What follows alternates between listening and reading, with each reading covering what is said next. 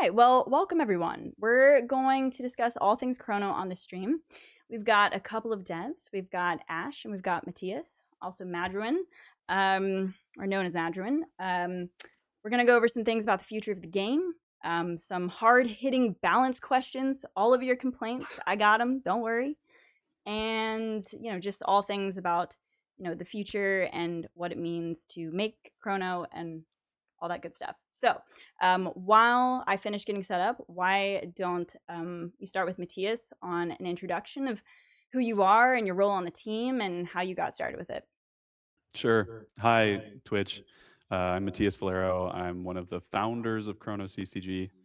I reached out to Jason back in January 2024 when he was just getting this project started. I said I want to help with design and writing and project management because those are my fortes. And he said, "Sure, what you got?" And I sent him some stuff, started working on it, and it led to designing set one with him and What Am I and Fansora. And then from there, we ran a Kickstarter campaign, and since then, I've kind of been, uh, I've had a large hand in the set one design and the overall game design, the UI and the game board, and just like the systems and economy. But my role is kind of just as like a floating project manager, founder, as well as game designer mostly.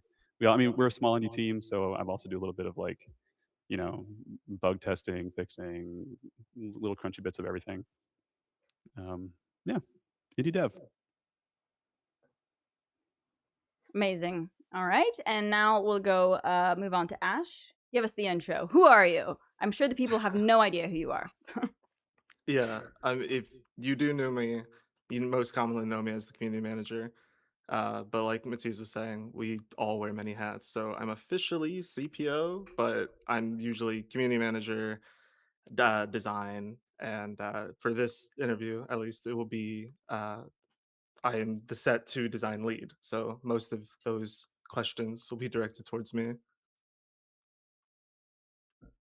Good stuff. All right. Well, then I would say I think where I want to start out is with the game philosophy and get into some specific questions about like the current state of the game.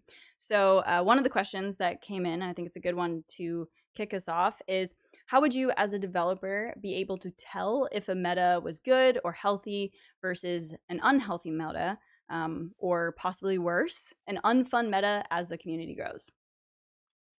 So whoever Well, wants to take it, go ahead. Go for it. we have data, as you probably assume, but we can kind of tell in the same way that you can tell, where I'm on the Reddit, I'm on Discord, we see your sentiments, and we can typically just like see what people are saying and if it's like the general consensus, and we can also compare that to our internal data and kind of just how we feel about like what kind of the direction of the game we want to take, and we can kind of make that decision ourselves. You know, a change we made with like Planet Seeder a while back, the main reason for like nerfing Planet Seeder wasn't necessarily its power level, or like with the Zorp more recently, you guys, because that was during beta. Uh, the change to Zorp was less because it was so powerful in draft or such a powerful card and constructed, because it wasn't super powerful and constructed. It was just like that gameplay of having like an infinite agent that you play over and over and that repeated loop is just kind of something we wanted to lean away from. And so because we do frequent balance patches, we can kind of like just mix up our direction of the game on a whim, and we determine if the meta is poor based off how community feedback and how we feel about the game, as well as the data, of course. Yeah. Yeah, I'd say like diversity is key in all things, right? And especially so in card game metas. And so if we can see that every syndicate has multiple strategies viable, like control, aggro, a little bit of combo here and there, not go overboard with that. But for the combo players, that's what I would call a healthy meta when you see players queuing up with lots of different stuff and still having fun. Um, Is combo, based on how you said that, is combo something in the design philosophy that you want to stay away from? Is just out of I wouldn't curiosity. say that. I think fun combo plays can be pretty exciting. It's just managing it, a healthy amount, That's fair. I like think it's dessert. more like it's like a combo is like usually described as like a 2 or 3 card combo, and then you kind of like win the game. But like combo and Chrono is less about the combo of a specific cards, but like the culmination of things and like how it ends. That's like, I mean, Solly Dolly is probably our most true combo deck because your two things is Solly and Dolly. Yeah. And the Yeah, you want nice the build up to thing, it to be like I was oh, gonna say go you want ahead. the build up to it to be like interactable, you know, like once you get to that point, it should be like a fun, flashy finish, but there should be steps leading up to it. Yeah. For sure. Yeah, you know, one of the nice things about Chrono is it's like in comparison to Hearthstone, it's if it's turn based, like your opponent can just pop off and there's nothing that you can possibly do about it, right? But in Chrono, it's a back and forth, and as you said, it's like interactable. So you're building towards something, and you know, technically your opponent could, you know, try to intercept, you know. So that's nice. All right, so let's move on to some of the specific, like on that topic of managing fun and you know, balance and everything like that. Let's move into some of the specifics about some cards that were pointed out in this questionnaire that we asked people. And the first one is rapid iteration. So, what are your thoughts on that? Any plans to nerf it? It is the 2 mana deal 4, and I think people feel some type of way about it. So I might just let you generally talk about the card there. We're aware that Singularity is pretty strong right now. And it wouldn't be the first time. Singularity keeps rearing its head. I almost feel bad because we keep having to nerf Singularity and not give it like buffs compared to other syndicates. But for rapid iteration specifically, rapid iteration is like what we describe as like a pillar card, and it's essentially we balance the game around it. And it's not a situation where like we wouldn't nerf rapid iteration because we could do these often. We do these frequent balance patches, which kind of allow us to just do something a little weird and like see how it does. But because rapid iteration is kind of one of those pillar cards, it would mean if it was nerfed, there would have to be other adjustments within the game to make up for it.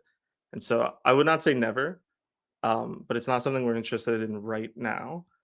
And I know like somebody made the comparison that like 2 mana deal 4 and Legends of Runeterra would be crazy. But our power level in Chrono is just a bit higher, and it's not really, you know, there's a lot of things that are in Chrono that would be crazy in Legends of Runeterra. We would just have a generally higher power level. It's fair. It's fair. Yeah. Matthias, any comment? Or I mean, actually, I think you summed it up pretty well there. Yeah, I would say we do discuss the card fairly often, but you know, not like we need to change this card now, more just like how's this working with everything else and what should we do about it? Fair. And we'll discuss Singularity a little bit more in a second here. But another card that was brought up is Curb the Anomalies. That's another one. Someone said, I personally think it leaves extremely little room for counterplays, being an instant speed board silence that also removes, should you have it, Deadly Fauna, that would otherwise punish that deck, which has almost entirely one health blocker. So, yeah. Any thoughts on Curb Your Anomalies? Yeah, I think it's a pretty darn strong card. I think it's okay to have strong cards, but I think we definitely came into beta with the card pretty darn good. Probably too good, very much too good. I think that this kind of like immediate speed effects are need to be balanced a certain way, and I think when immediate speed effects impact the board directly, like whether it's just a shift, so it summons fractals, or whether it's muting every agent on the board for a round, that needs to have a huge cost. And so, like, the only really comparable card in Chrono otherwise would be Unlock Potential, which is a bit more manageable because it's just one agent and you can counterplay one agent in a variety of ways. With Curb, I think because it's such a sweeper, it being Yeah. immediate feels kind of rough. And so I think we need to watch it very closely and possibly, you know, you can go further with it depending on how the meta shapes up. We'll see. If it means anything for how Curb currently is, I don't want to talk too much about data, but it since the nerf, the card is fine. It's a little bad statistically. I think what's important is that it's it's a bad feeling card. Like when you talk about how it's like, oh, there's nothing I could have done. Well, it's normally there were things you could have done. It's just now that you're at that point, you die to it, you lose to it, and so it's often a feel bad card because you can kind of like it's this big effect that you can pinpoint where you think the game is over when it's like there were things before that. And so it can take the blame for a lot of other things that could be either in that Mhm. deck or like around the play style of like Fractal Phantasm or whatever you're using it for. Yeah, that's sometimes a hard pill to swallow, and kind of, you know, the follow up is it seems like you do want to wait to like feel over the stats sometimes, because it just like, would you say that you do on like feel and sentiment a Yeah, little bit more? Yeah. for sure. I mean, like I said, like statistically right now, Curb the Anomalies is fine. And it seems like the sentiment on it has kind of like lessened ever since the nerf.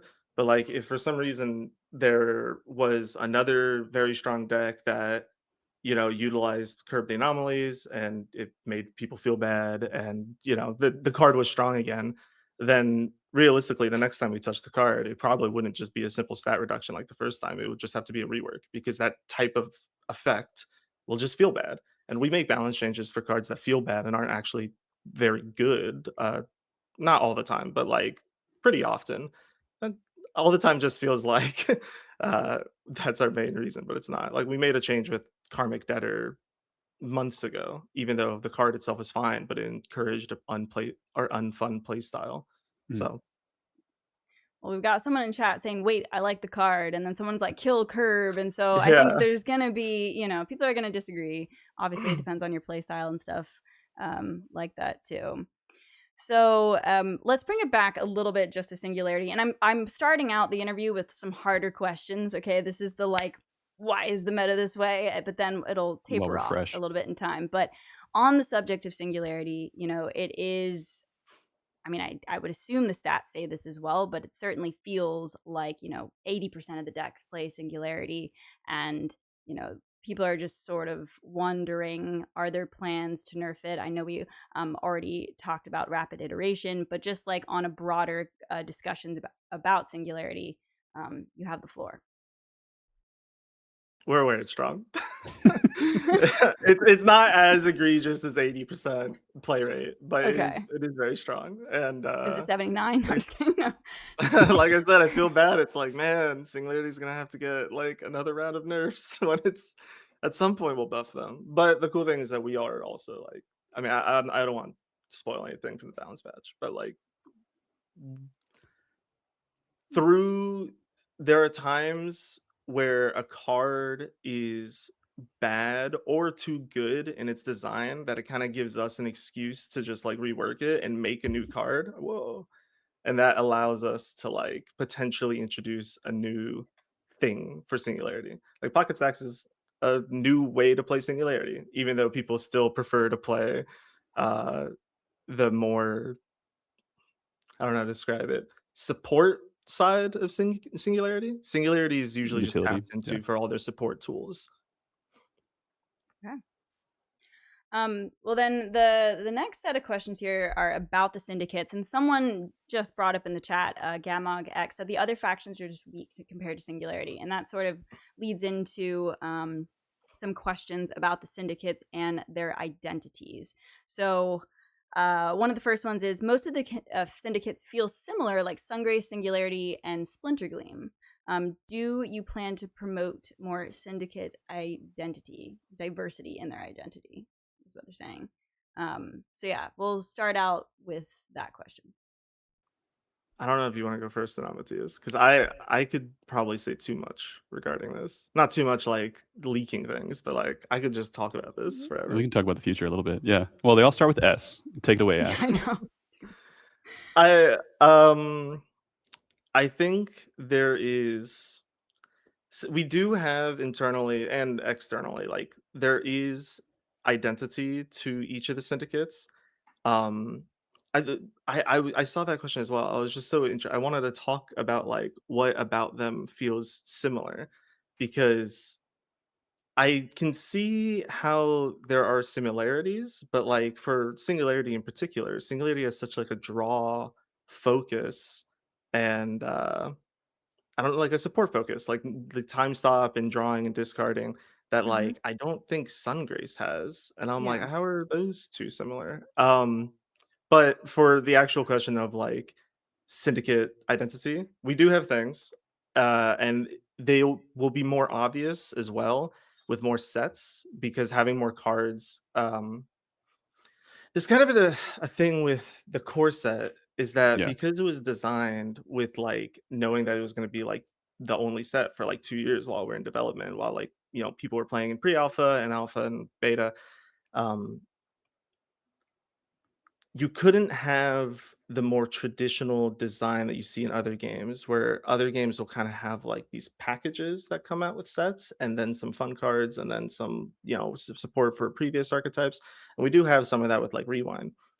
um but it'll allow us to have an opportunity to expand their identities in what they can do and make it more cemented on what they can't do. Mhm. Like, I know one of the things is that like people think Sungrace can't draw. And it's like that's not really meant to be one of their identities. They used to be able to draw, but we ended up reworking cards and they will get some draw in the future. Um, but something like one of the identities for Singularity that I've said before is essentially it is alternate forms of protection. And you see that not through like they don't have any real outside of like overclock, but that's not like real. They don't have any way to like buff durability. And that's on purpose. They have time stop, they have frontline fellowship, like they have disarm and time stop as ways to defend their units. They don't have direct durability buffs, and that's a purposeful choice. um, and their weakness of shifting. They have a lot of cards that care about shifting, but they don't actually have a lot of cards that do the shift, and that is like that's a on purpose like design choice as well. Um, I kind of Yeah. just I could just keep rambling. Yeah. No, I think that's fair. To be when I first saw the question too, like I didn't necessarily feel that way. So, but you got to take what the people are asking. So, but anyway, Matthias. I was just gonna say when we were originally putting the sets together, we tried really hard to give each syndicate like, a few things that are unique to them. Like this is this syndicate's thing. Nobody else does it like they do. And then we tried to have a decent smattering of stuff that was, shared with one or two other syndicates. And I think you see that in the core set pretty well right now still. I think the question is like if the things that are shared become too homogenous, then it starts to feel samey. So that's something that we're watching out for. I think like we have cards that care about self damage in Sungrace and Splinter Gleam, for example. But like the ways you get there are different, and the payoffs are different. And so we try to give, when mechanics are similar across syndicates, then like the stakes and the payoff and the risks and the rewards should always feel different. In order to make the story that the player experiences when they're playing those cards feel different. So that's what we're trying to aim for, anyways. Yeah. Okay. All right. Well, then let's see. Another question on the syndicates and the design philosophy is they want to know a little bit more about silence. And sort of this conundrum of pointing out Singularity and feeling like, it feels like silence should have been the one with time stop and the counter spells. And, just want to go a little bit deeper into that decision. I actually found that one interesting as well. Mhm. Silence has a kind of a similar thing to Singularity, where they have alternate ways of protection, but their form of protection is not through um it's not through like clearing the chain or disarm. It's as of right now, it's utilizing Voiceless Sky to protect the guy, as well as reviving. Like one of ironically, Not So Fast kind of is Silence's version of Time Stop, in that you can kind of just like deny an effect that would have like wiped your board or something like that. It recently got nerfed, so you see it a lot less now. But for future deny effects, because I also know there's a question regarding like Phase Tide getting a deny as well. Yeah, you can just honestly take the next one there because it leads into it. It's Yeah. okay. There's for future deny effects, we will likely do more in the future, just like as the game goes on. But you kind of have to be limited on how many you add, especially if you end up adding it to Sungrace and then Silence and then Phase Tide, because you could make an argument for like any of them that they deserve a time stop, a deny spell. Mhm. And if you add too many, it makes it less special for Singularity, but it also Generally, counterspell is like not a very fun effect. Like people Yeah. don't like getting their things countered, and so if you create too many of them, then there reaches a tipping point where not it's too reliable to have a time stop, I guess, or a time stop type effect. So for silence specifically getting it, maybe in the future, but we're not No, like if we're not they've in a got rush, I all guess. of the best board clears and the counter spells, then it's like, what can stop them, right? Yeah, So like one of the weaknesses for Singularity and like part of why they not a part of why they have time stop, but one of their weaknesses is that they don't have board wide effects like Silence does. Like Silence can do board wide. Like when we were talking about rapid iteration earlier, Singularity is really good at removing one thing through damage, but they can't really deal with multiple things. The best they've got would be Frontline Fellowship, but that doesn't actually deal with the thing that just stops the attack. So there are purposeful weaknesses there. Yeah, and one thing that I think also doesn't come up enough in discussion is players and devs do sometimes love to talk about syndicates like in a silo, like this syndicate feels good, bad, weird. But like in practical play, the game is always two syndicates, and so like the identity of one syndicate is important from like a like deck building and just game feel perspective. But when you're talking about like balance and like the actual way the game plays out, it's always in two syndicate pairs, and so like that's to me is a more interesting way of looking at the game. Like how does Silent Singularity feel? How does Silence Face mhm. Tide feel? How do all these different matchups feel? And then like versus different opponents, the same thing. So Then that leads into another question that we had somewhere in here, about the potential of being able to play more than one. Is that ever going to happen? Has it been talked about, or do you think it's a better game with just limiting it to two syndicates? I'm open to it for sure. We tried draft as a three syndicate thing back in the alpha and earlier, and it felt good. We might go that route again in the future, as like Yeah. a limited or other game mode. Yeah. But for like constructed, I I think we're gonna stick to two for the Okay. foreseeable Yeah. future. That's It's fair. just too core of a Yeah, feature, I think. But I mean, we like limited game modes, so yeah. Fair. I do think we want to add more like interesting ways to play mono syndicate decks in the future. That's been a request multiple times, and we'd like to spice it up. I like it. All right. And then again, another on the topic. Any plans to create more regions, more syndicates, or good? Well, Ash created one back in like pre-alpha, oh, Oh, that was so before I it's was even it's on the it's in the team. Discord. tell us the uh, backstory of that real quick. Hold on, let's hear this. I wasn't even on part of the team. I was just making custom cards, and so I just made Oh, a whoa, like custom a really syndicate. long time ago then. Yeah, yeah, yeah, yeah. it was like two years ago. um, it wasn't even pre-alpha. It was like back during tabletop simulator days. But I would say never say never. Like we would have to.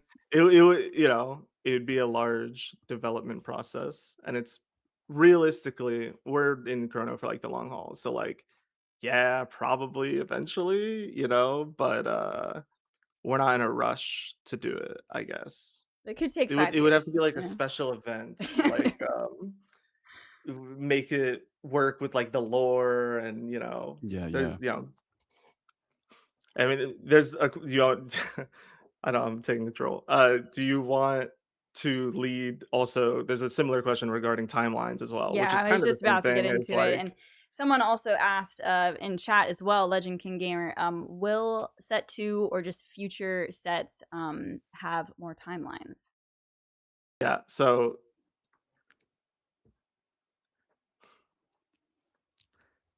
I Edge of our seat. timelines are essentially like syndicates because of how core their feature is. Like when you introduce a new timeline, it has to be something that is generic enough mechanically that every deck could potentially take advantage of.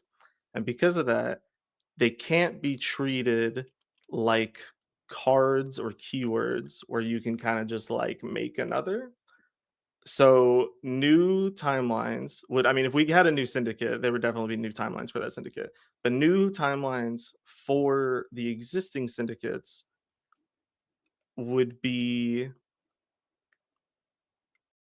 I would say never, I guess. Um, Yeah. there's a lot that we can also still do with our current timelines. Like we're able to modify our current timelines and create new effects through that. Like Interesting. Okay. I have to say one that's not in development right now, but like, you know, if voiceless sky affected the entire board, like that would be something that you could use as like a silence payoff that modifies timelines. So there's still stuff that like can be done with our current timelines. Yeah. Um, you know, we're still just in our core set, and you know, talking about like syndicate identity and everything. It's like, you know, we want to do a set two just as much as you because we want to explore all these like facets that can still be done with like the current mechanics. There's a lot of depth that can like still be explored. And so when it comes to like new timelines, new syndicates, yeah, probably eventually, but there's still a lot to do with our current stuff. For sure. For sure. Yeah. That's completely fair.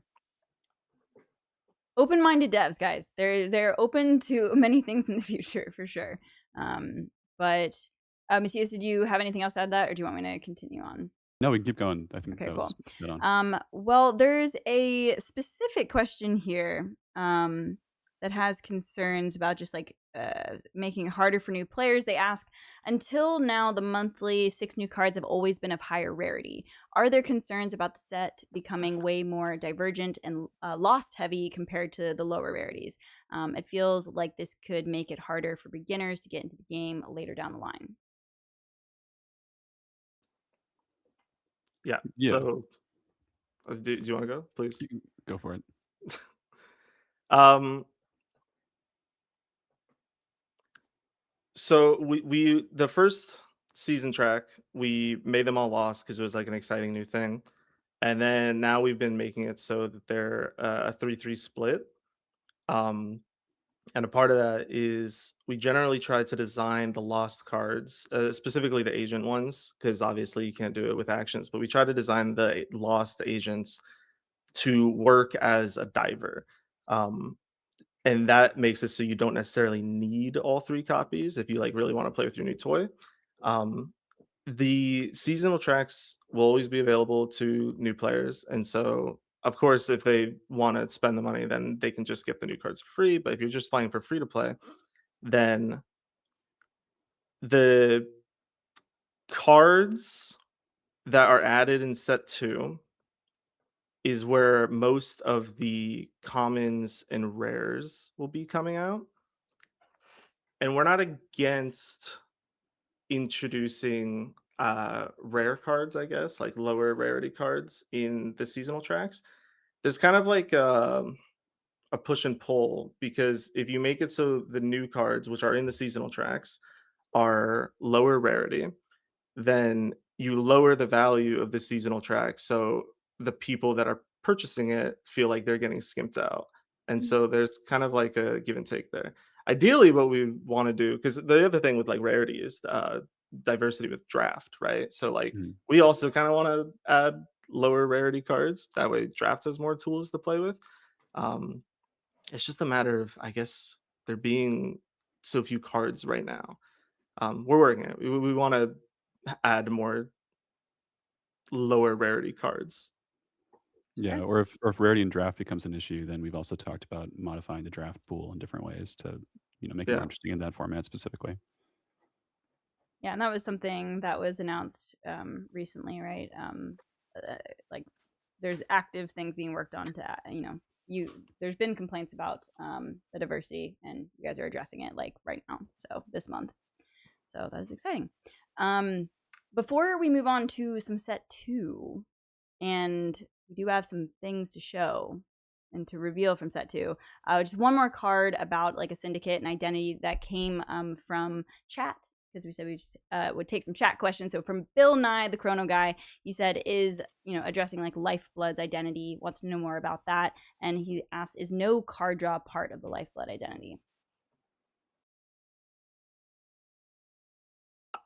Weak card draw, yes. I don't want to say no because, never say never, but it is currently purposeful that like Lifeblood does not draw cards. Lifeblood as an identity is generally just like the best on the board.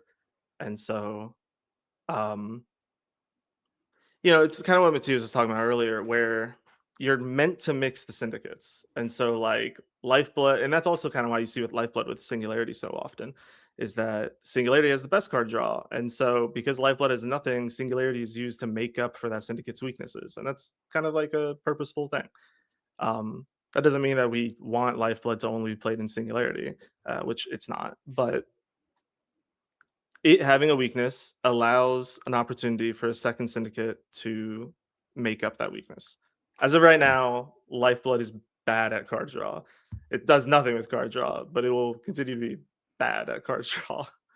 And there's like alternate forms of card draw, right? Like Yeah, drawing card generation. transient cards or card generation. Yeah. So Yeah, like Rumpus, like you could argue like Rumpus is like technically card draw, but you draw one specific card and you draw 6 of them if you have a full board, I'm hearing that there is identity in the syndicates, you know what I mean? And a lack of, so it's just funny because, we got a question earlier about, a lack of diversity, against the syndicates, but clearly they have to be good at specific things. They can't all be good at everything, right? And that's the whole point of combining them. So I think it makes sense and well said.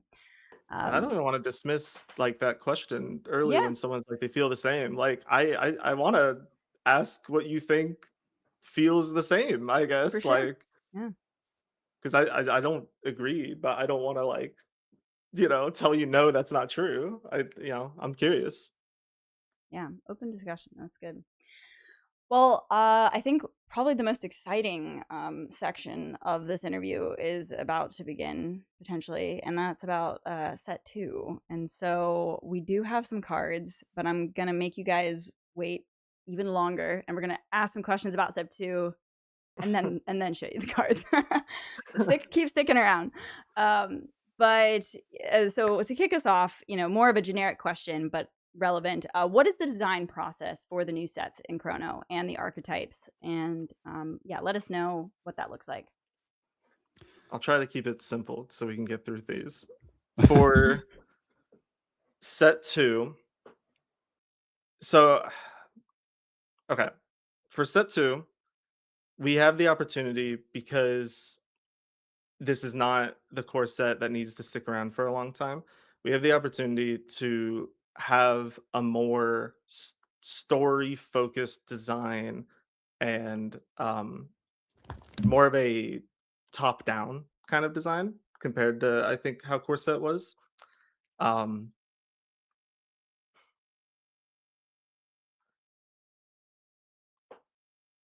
sorry, forgive me. So generally the way that we designed when we started with set 2, one of the things that we went with was this is a question that's going to come up later of how many cards that are in set 2. It's going to be the same size as the core set, or at least the core set originally. So it's 180 cards. It's going to be another 30 cards per syndicate. So with that, when we broke it down, it was essentially we have a story that we want to tell. And then that's another thing with like core set, where the core set is kind of just like not random cards, but like do we have a bunch of cards from a bunch of different factions, and we it's can introducing get a little syndicates, more. yeah. We can get a little bit more narrow and focus on those specific factions within the syndicates for set 2. And so for set 2, we're focusing on Flux, and essentially how it is how each syndicate has access to Flux, how they care about Flux, and how they're using Flux, and which of those factions within those syndicates care about it. So for the design of the cards for set 2, we essentially broke it down to something like 12 of the cards are a part of a new thing that they're doing, whether it be an archetype or a play pattern. And then we have another 12 cards that is support for previous archetypes that the syndicate was already doing, kind of like their core evergreen archetypes. And then we broke did am I doing my math right? Yeah. And then it's like another 6 cards that are essentially weird and fun. And so you kind of see that with well, I guess I have to wait for the cards to be revealed for that. But so Stay tuned. I mean, we have should we fun do cards. it? Should we do it now? Or should we spoil it now? Because I don't. Or No, it's okay. Okay. Essentially, the way that it's broken down is that we do plan on supporting previous archetypes as well as introducing new archetypes from before. What I could talk about would be essentially, because we've already revealed Unstable Battery. Unstable Battery doesn't have a token or a rarity, so it's a token card.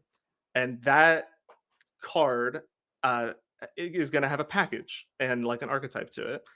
But the way that the archetype works is it obviously has some synergies with Singularity's current discard and drawing packages. And so the idea is not to be like a pre-built deck or like a pre-built archetype, but you have something you go all in on unstable batteries, or you can kind of have a little bit of unstable batteries and it will continue to help your current general Singularity game plan. The Singularity also has a secondary thing that is completely new, that is not what they're doing at all right now, and that will be, I guess, their new archetype. And so we have Okay. when you're designing a new set, it's Layers. essentially sorry? I said there's layers. Yeah. I mean, you have pre-built packages, not pre-built packages, because we're not trying to do pre-built decks.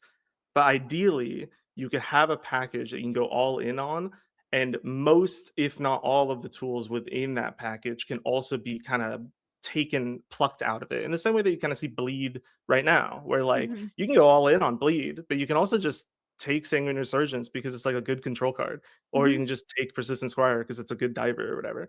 So that is kind of a part of the continuing the design of like we want things that you can go all in on, and you can also just take individual pieces of it to make a completely new thing that's completely yours. I know there's like complaints from like Legends of Runeterra where like there were a lot of pre-built decks when new expansions came out, and those are good for players or for newbie players. Like it's a good thing that there are pre-built decks you can go all in on for players that don't want to think too hard about deck building, but we want to allow players to also do their own deck building. Like the deck building diversity in Chrono is very important. Mhm. Mhm. Yeah, I think the mechanic or whatever it is, the archetype being good to splash makes it feel a lot better, because sometimes card games like really try and push a particular mechanic in one class or one set, and if it just sucks, then it's like all those cards are trash, right? And so Yeah. it seems like that's what you're actively trying to avoid. So Matthias, did Yeah, I mean, you have Chrono any other question or any other answer on like the design process for new sets? And I know Yeah. you do a lot on like the lore too, and like, so where does that come in? I'm curious. Yeah, I mean the process for set 2 has been ongoing for what, like a year and a half at least. kinda, Um, yeah. yeah, like we initially came up with like an initial draft and then like kept some of that and came up with like another draft, and it's been a lot of back and forth, mainly between myself and Ash and what am I. Jason chimes in once in a while, and Allie as well. Um, and I would say I don't know. We kind of like locked in this set. Once we started getting feedback from the beta, we kind of had more confidence. Like this is what players want to see. This is what we have now, and that kind of allowed us to kind of take bigger steps towards finalizing it. Awesome. Well, Ash, I think you addressed a few things in the previous question. No, it's good. You're I knocking went them on a out. lot. I love it. So let's see. Another question. Are you planning on releasing set 2 during beta with the global launch? I don't know. Or after the launch? I don't know if we have like a specific answer on that one. With like, because yeah, you can It take it, but I think I can confidently say it'll be during beta, yeah. Mhm. but I could not tell you. Yeah, it would be during beta. Like it would be a second set within beta. And then the final question in about set 2 was, are there any more cards you can leak for the set? And so now we can finally get to already it. I wanted told. to make you Yeah. guys hold out until the end. And don't worry, we still got more questions on the way, but let's get to it. So let's see, which ones? We start out with here. It looks like we've got Uninhibited Trudon. It's a 1-drop with stole it. Overpower and Enter. I strike your core and the Immortalize. I see Deadly Fauna. And then he becomes a 5/1 with Overpower and Confront. And then it looks like we've got the Chained Heretic. I cost 1 less for each card you've played with a reduced cost. And then he immortalizes by, I've seen you play 3 or more cards with reduced cost. Okay. and then it becomes Wilfred the Believer. Love the name. Your cards cost 2 less. Ooh, minimum of 1. Okay. Ooh. A little scary. Players like going infinite, Yeah. Well, you can't go infinite. There's a minimum. as far as we know. But combo-y Yeah. stuff, maybe. You You guys want want me to take it? Any thoughts here? What do you think? I will.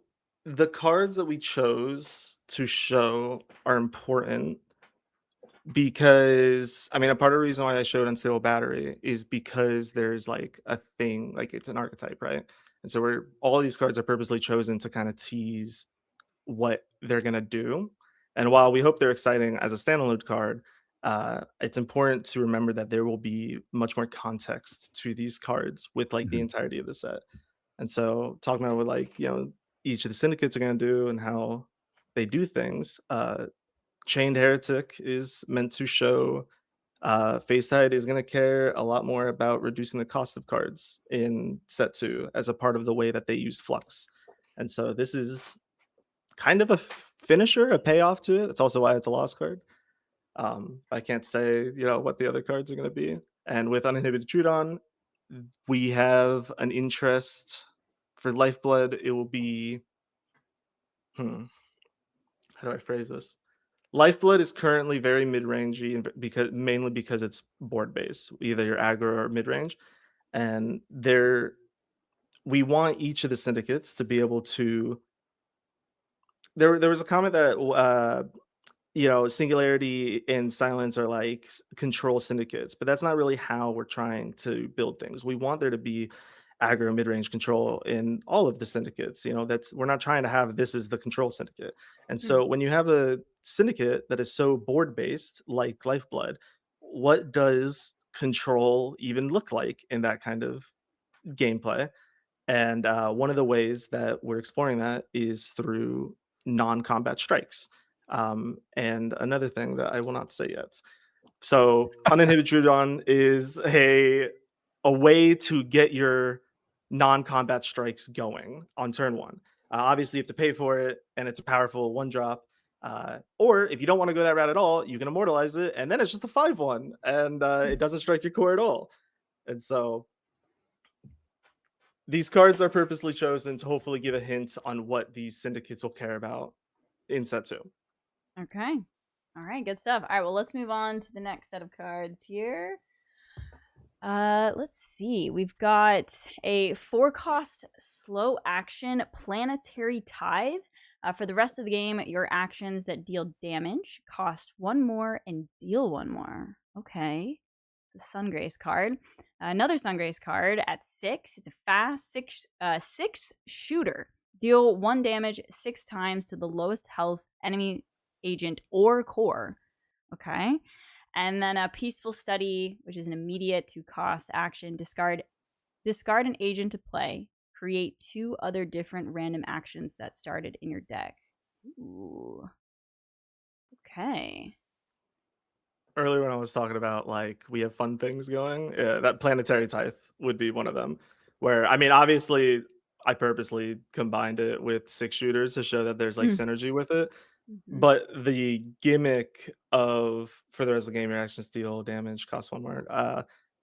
There's not exactly a package for that. That's just kind of like a fun thing that we'll give to Sungrace. And you can obviously combine it with maybe Solly Dolly. You can combine it with 6 shooter, other things that could be coming. But sorry, did you want to? No, keep going. For Sungrace, I don't have cards that I can show you for it yet. But one of the things that we are going to be doing with Sungrace for set 2, I know Sungrace is not necessarily a fan favorite, but like I love Sungrace.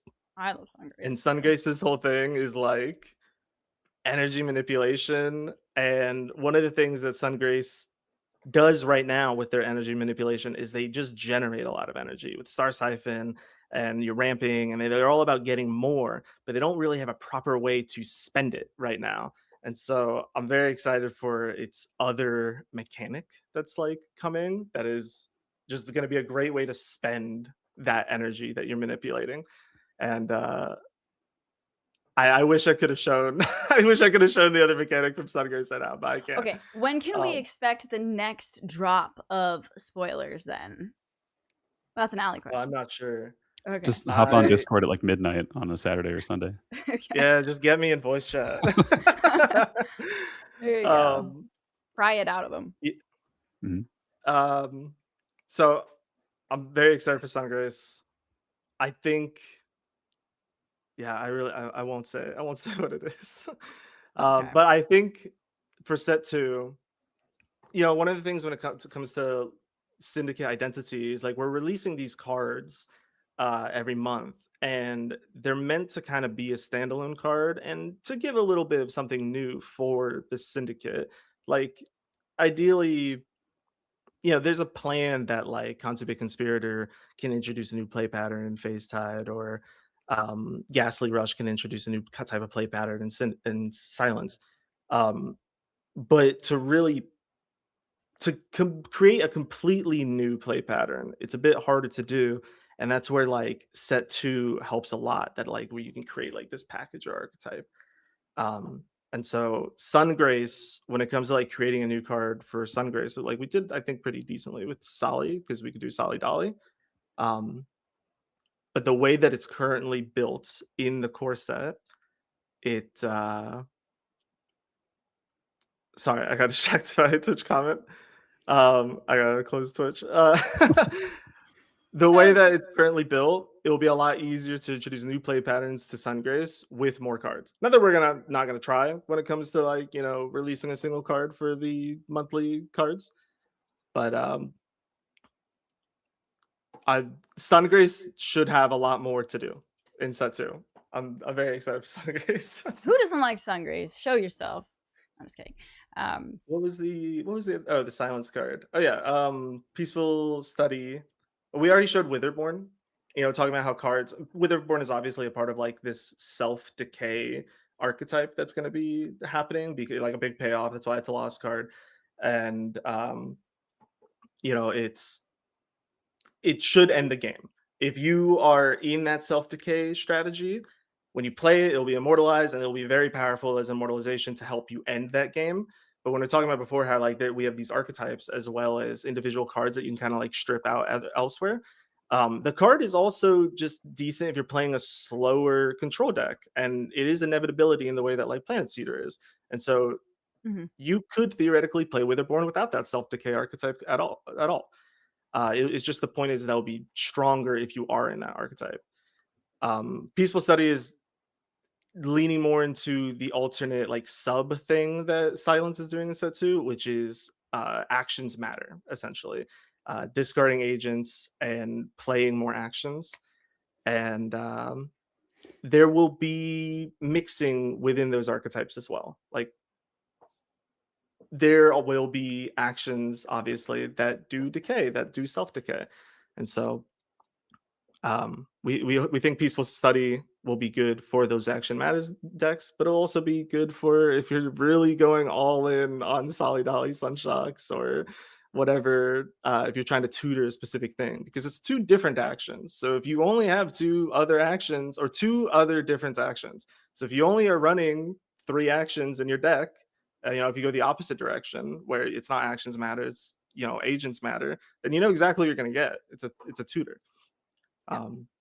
Makes sense. Well, an excellent answer, Ash. In the spirit of continuing on, we've only got. I want to make sure we get to some things about competition and future of the game. So we're gonna continue on, but to put a cap on the escalation set 2 news, there was one question from Bill Nye. Do we have a release date? And you addressed it. There's no official release date yet. And then the price points. And I just wanted to mention the recent thing that the pre-purchase packs will be discounted. Correct me, from when it comes out, like in the client in the set. So I price point, I don't know beyond that, but it's just important to know that the pre-purchase will be discounted because Steam or whoever is taking a larger cut, and so we're giving that back to our players with the purchase packs if you go directly to the website. So Yeah, I think it's something like 29.7% or something like that. It's essentially 30%. yeah, cool. So all right, let's move on to some questions about competition, because I know that's a lot. That's very important to a lot of people. So first one right up, are you guys open to making the format for the seasonal tournaments for Top Cut to be double elim? If not, then can I ask why? Because I truly believe double elim is the most competitive tournament format. And is it due to time constraints? If it helps, this section will probably go quicker because Yeah. these were all meant to be more for Jason. Yeah. So Wait, Short answer sorry, is we're open to it. Yes, definitely. we're Come- open to it, but the guy, we'd have to talk to Jason, and he's not here right now. we'll So have another episode. I don't know. Jason somehow got out of this. I don't know what happened, but coming from someone who's casted many tournaments, double and single elim, double elim takes a very long time. So maybe if we break it up into 2 days, perhaps. But I agree with you guys. It feels so bad to play in a tournament and then just get one shot. So I'm with you. Maybe it's a matter of. Oh, go ahead. Well, what I can say is that these tournaments, these seasonal tournaments, are meant to become monthly. And so if we have a format for this one, that doesn't mean it's going to be the same format for the next one. And so this one might be single cut, and the next one might be double cut, and then or double elimination. And then we can see which one felt better to the players, which one was more fun to watch, and we can grow and evolve from there. Like right now, this current one is going to be choose 2 decks, no ban. We might have pick ban later. We're going to be trying these other game modes, and so that way when we get to 1.0, when we're locking in, we know what is the preferred, we know what the best format is. Right. And it might just be a matter of the higher stakes ones double elim, and the more routine ones are single. Like, and I think it just depends on feedback from the community too. Like, what do you guys want and the most? And so there was another question about, like, will there ever be a best of 3 with sideboard? Probably another Jason question. But judging by the never say never quote, I think you guys are going to be open to many different ways to run these tournaments. Well, people who played before beta know, like, we had a sideboard in the deck builder for like a really long time. It was a button that did nothing because we never like implemented it, but we have always planned on doing sideboard eventually, either through different formats or different game modes or whatever. So answer would be yeah, almost certainly eventually. Yep. Yeah, Chad is asking a good question that kind of leads into another one, so we'll start to get into that. But they, the question was about spectator mode, because I think that's also very crucial to having the competitive broadcast and everything run very smoothly. So what are the current plans for spectator mode, and where is that on the priority list of all the different things? It would certainly not be for this month.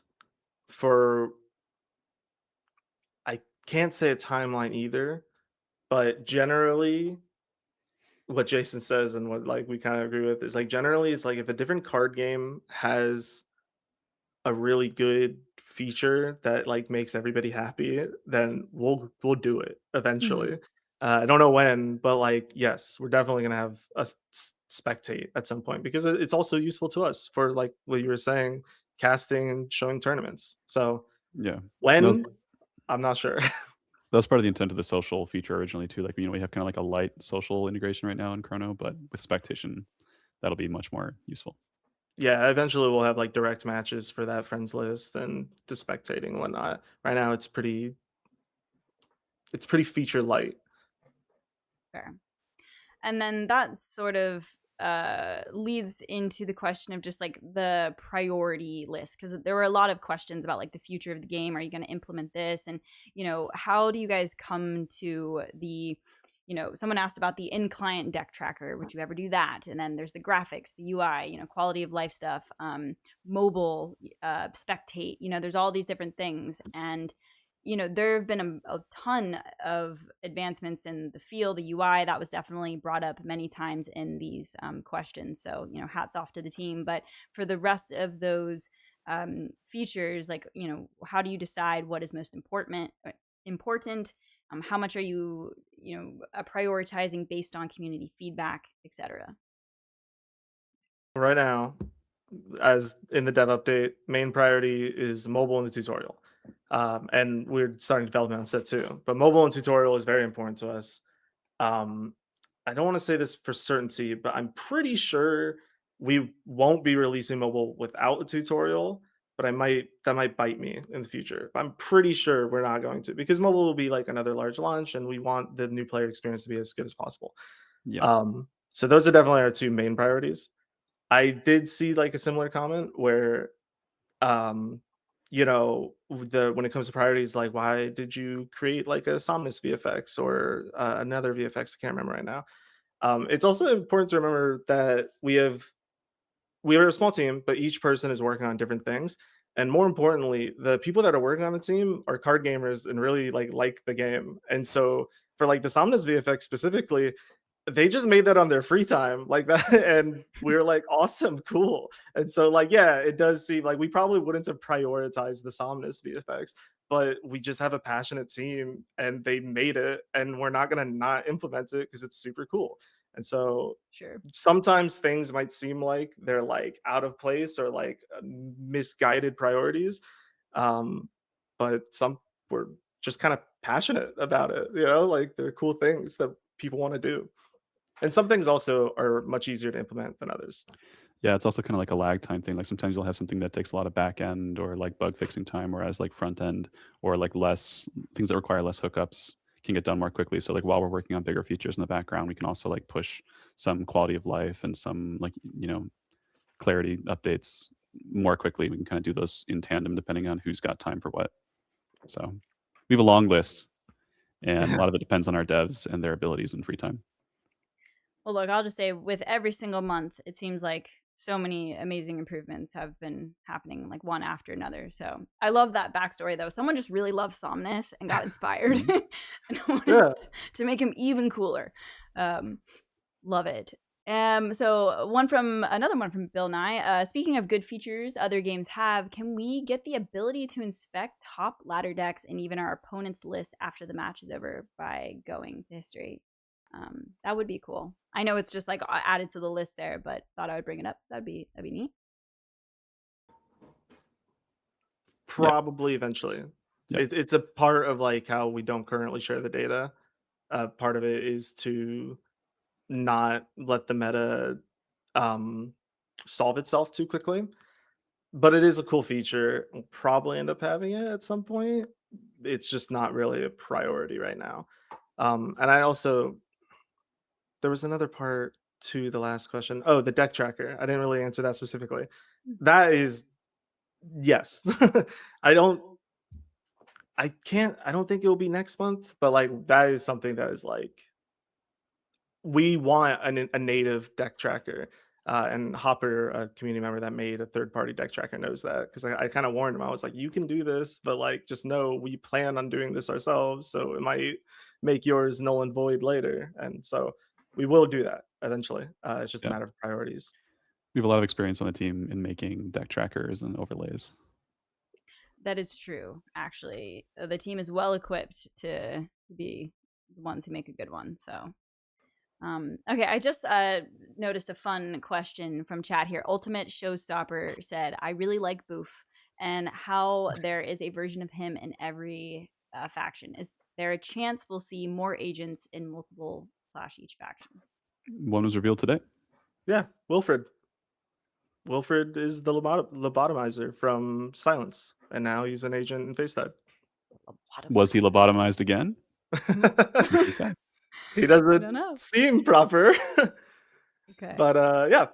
And we have other agents as well. Kayla is obviously the other one, but we got Bronk, Alina. Yeah, that's true. That's true.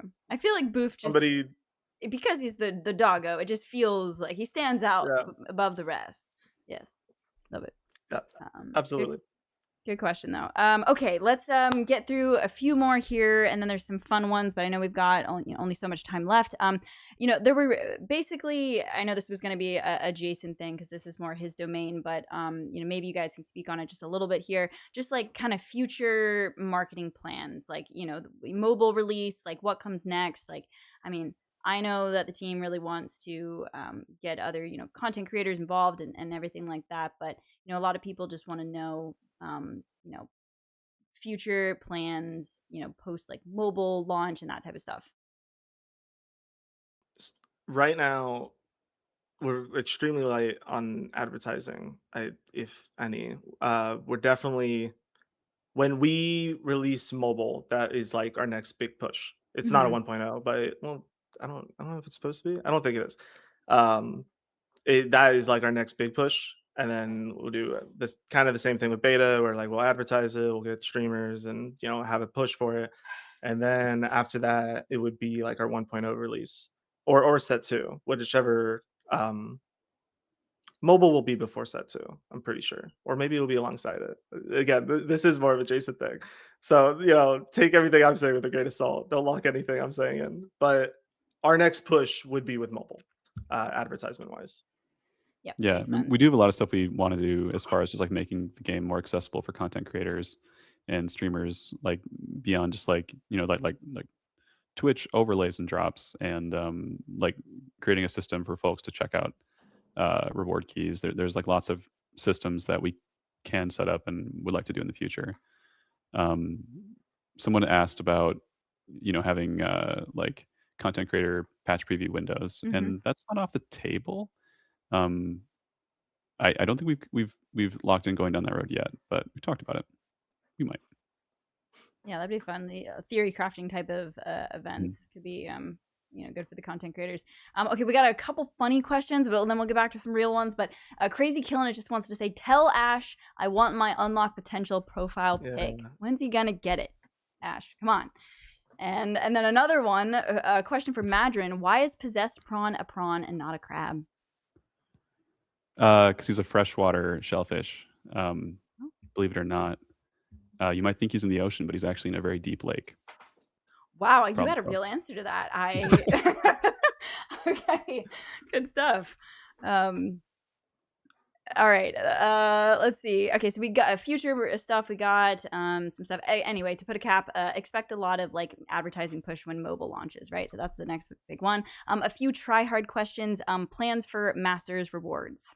When's Yes, we were supposed to do it last month. We didn't. It should be this month. I think I have the rewards that we need.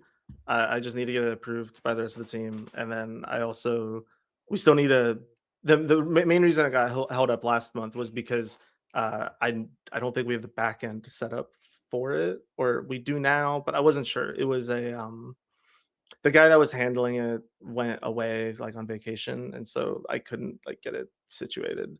Point is, we should have it this month. I'm pretty sure I have all the assets we need. Yes, I'm like 95% sure we should have it. Patience, it's coming. It's coming. And then another question, just sort of on the people who really want to hit those high ranks. Since there are a lot of people with real life obligations and we can't climb the ladder in 1 month, would you guys ever consider making that period 3 months, the season's 3 months, like Legends of Runeterra? It's kind of a never say never thing, but like we're pretty comfortable with the 1 month seasons right now. If anything, we might make it a little easier to reach Masters, just given like the total time that it takes to climb the ranks. Like that's something we're keeping an eye on, but for now, there's no immediate plans to change it. Yeah, I mean, I think it's important to remember that like it's weird to say. It's like, yeah, you have real life obligations and jobs and whatnot, but like the master ranks, those higher ranks are meant to be for the like top dedicated players, like either most skilled or most time commitment. And if you can't do that, then you can't do that. I think we go down 2 medal ranks, and if you have like a 51% win rate, it takes from platinum back to masters. If you were like a 51% win rate, it's 65 games, which is roughly 2 games a day. yeah, roughly 2 games a day for a season, which isn't like super unreasonable.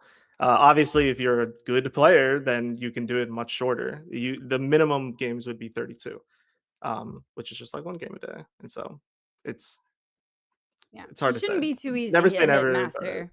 It's sort of just like the nature of the game, right? And I think it's also important to say that like the structure, like the new card releases, like they're with the season updates, and so it kind of makes sense with it being on the monthly schedule right now. But and then any plans to change the current ELO system from plus 20, plus 15, minus 25 for the top ladder players? I wouldn't say plans per se, but I've seen that people what based off what people are saying in the Discord, it seems like the way that it's working is a little off. But I haven't taken the time to like actually check and see if like the system is incorrect right now. And so I can't say there are plans, but I plan to look into it to see if there's like something that can be tweaked or adjusted, like if there's something wrong with it. Because it does sound like there's something wrong, but I can't say that there is right now. So That's there something are that, plans to look into it, but not yeah, plans to change it. Joel and Jason are both a little more clued in on it too. Yeah. I'm just looking at chat to see here if there's anything else, but I think we've just about gotten through. We've got about 5 minutes left. There's one question also that I again want you guys to answer: is what was the funniest bug that occurred during development?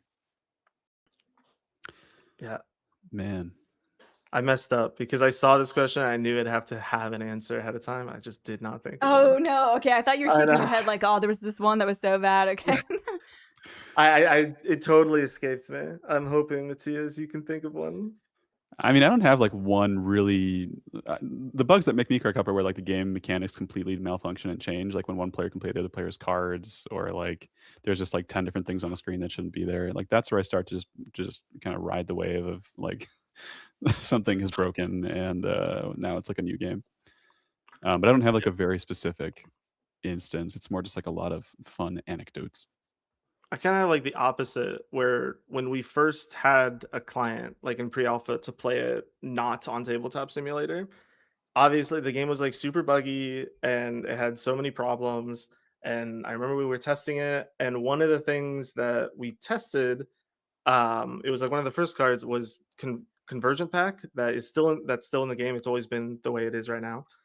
And I was so certain that would break because it's a completely unique mechanic of like a free attack with summoned tokens that also confronts, and like there was so many convoluted things to it. I was so certain it would not work, and it worked flawlessly. And I'm like, this works, but like, I don't know. I didn't draw a card last turn, but the conversion pack worked flawlessly. I was totally not expecting that card to work. And so it's kind of the opposite of like a funny time something actually worked. Yeah. I think one thing that always makes me laugh is like the amount of time we spend on like random minutia sometimes when we're developing. Like the amount of times that we've just gone around on like where the fish should be located and the robot on the board and the soup Mm. pot and the archway. Like each little thing is like, I don't know. It's a never-ending discussion Hey, those are because we all love important it. things. They Okay, are. They are so they're important. important. um All right. Well, I that just about gets us to the end here. I think we did our best. If there's anything else that you guys noticed that I might have skipped that you think is important to address, speak now. Forever hold your peace. But I think you guys did great in getting to most of what the community asked. And we plan to do more of these in the future as the game develops. And so thank you to anyone that tuned in. And like I said, Ash, Matthias, I'll give you guys the floor to close out or say anything extra that you want to. Sure. I just want to say thank you everyone for coming with us. Like this project is such a passion project for all of us, and we really want to make an awesome digital card game that isn't like beholden to any corporate priorities, and we can just like all enjoy it and iterate on it together and combine our collective, make the card game of our dreams. So we're gonna keep working on it. Thank you. Yeah, just thanks for supporting us. I mean, I'm so grateful to like. I wasn't a co-founder. I came from the community and became part of this project. It's so much more than I was expecting to. It's just great. Um, I think I'm going to stream myself after this. I know we're supposed to have a meeting like right now, but also Jason's not here, so I don't. The meeting's with Jason, and he's not here, so I don't know if we're having a meeting with Jason. So, I think I'm probably gonna like do my own stream on my channel, or my Twitch channel, just so I could like keep yapping about like design and Setsu. Because obviously I talked a lot, and I could keep going. That was me trying to be light because I knew I was on a time crunch. Hey, I think you deserved, or you earned the right to ditch the meeting. Okay, if Jason didn't show for the podcast, I think you can stream for the people. All right, that's yeah, I'll be streaming Slay Aspire, not Chrono, because if I play Chrono, I'm just gonna. Okay, get never mind. sniped. Ash, get out of here. I know. I just know that's gonna be the first thing that someone says. Like, why are you playing Chrono? Like, I'm just gonna get sniped. And It's the other poster behind him there. Yeah. if Just I know love. someone said that is that a leaked card. I'm like, no, that's just Slay Aspire. Thank you, Allie, also for setting this up, and helping us yeah. figure out the format. No, thanks guys for coming on. And Matthias, I think you said it well, just as a closing thought, that this is really a game made with a lot of love from a very authentic place. This is not a game that has like a crazy billion-dollar corporation behind it, pulling the strings and stuff like that. So if you love card games and you love what these guys are about, please support it. You guys already are, and we're very appreciative of it. So thank you so much for tuning in. And like I said, we'll do more of these in the future, and we'll find Jason and make sure he's here too. Okay.